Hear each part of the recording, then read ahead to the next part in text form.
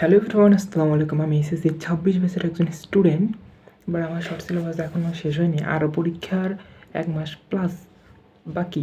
তো এই সময়ের ভিতরে কি আমি শর্ট সিলেবাসটা প্রপারলি কভার করতে পারবো? আর আমার দ্বারা কি প্লাস পাওয়া সম্ভব হবে? আপনারা আজকে আমি এটা জাস্ট আমার লাইফের একটা ছোট্ট অংশ, লাইক এই 1 মাসে আমি যা করবো সব আপনাদের মাঝে শেয়ার করবো।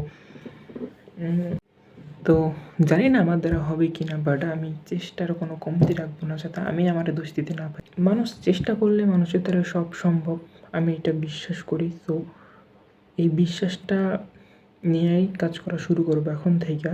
আমি আমার সর্বোচ্চটা দিয়ে দিব, যাই হোক না কেন। এই 1 মাস প্লাস, এই 1 মাস প্লাস মানে আমি আমার লাইফে ছোটো থেকে বড় হয়েছি, অত পরিশ্রম করে নেই। 1 মাসে যতটুকু পরিশ্রম করবো,